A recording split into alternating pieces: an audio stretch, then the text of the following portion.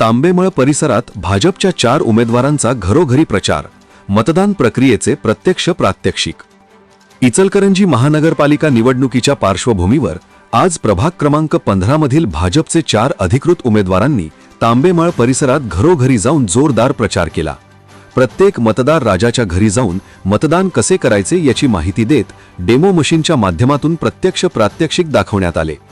या प्रचार मोहिमेत राजू अप्पासो पुजारी, तेजश्री अमृत भोसरी, ज्योती नागेश पाटील आणि संतोष बाबूराव शेळके हे 4ही अधिकृत उमेदवार मतदारांच्या भेटी घेत होते। मतदारांशी थेट संवाद साधत त्यांनी मतदानाचा योग्य पद्धतीने वापर कसा करायचा, आपले मत कसे नोंदवायचे याची सविस्तर माहिती दिली।